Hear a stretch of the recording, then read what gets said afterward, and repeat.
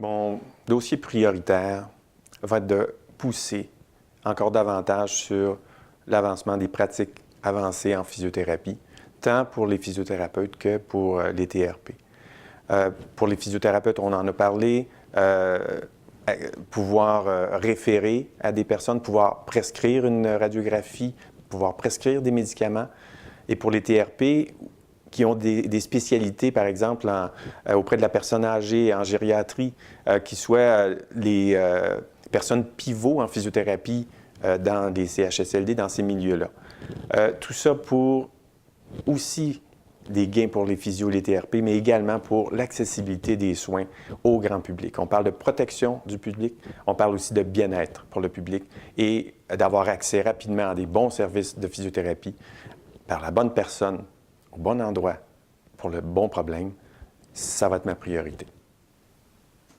Je crois que l'avenir de la physiothérapie passe par une meilleure communication. Quand je parle de communication ici, je ne parle pas d'une communication dans un seul sens, mais plutôt d'un dialogue. Et un dialogue s'établit entre plusieurs acteurs et ça va dans les deux sens. Et je pense qu'il est temps que les membres et le public, et en fait les gens qui s'intéressent à la physiothérapie, soient au courant des différents dossiers sur lesquels l'Ordre travaille, excusez-moi. C'est un problème qui est là depuis fort longtemps et c'est quelque chose que je voudrais mettre de l'avant dès le début, très rapidement. Parce que je pense que pour aller chercher un sentiment d'appartenance auprès des membres et même un sentiment d'appartenance du public face à son thérapeute, il est important qu'on comprenne bien quels sont les enjeux, quels sont les projets qui s'en viennent, quelles sont les inquiétudes et les problèmes aussi constituent, parce que le système de santé québécois ne va pas très bien et je pense qu'il y aura des choix à faire, mais pour ça, il faut être informé. Et comme je disais, ce sentiment d'appartenance-là ne peut aller que dans la mesure où chaque personne est au courant de tous les dossiers et puisse donc à ce moment-là donner une réponse qui est vraiment à son niveau. En fait, c'est inévitablement quelque chose qu'on doit voir sous deux angles. Premièrement, pour la catégorie de membres physiothérapeutes, le diagnostic et les pratiques avancées. C'est un tout qui se tient et qui s'articule de façon intrinsèque.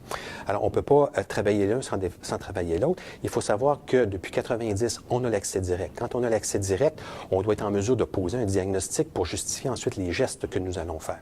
Donc, pour le membre physiothérapeute, c'est ce qui m'importe. Pour le membre TRP, la priorité va être de tout d'abord actualiser le programme de TRP. La dernière fois qu'il a été mis à jour, c'était en 1997.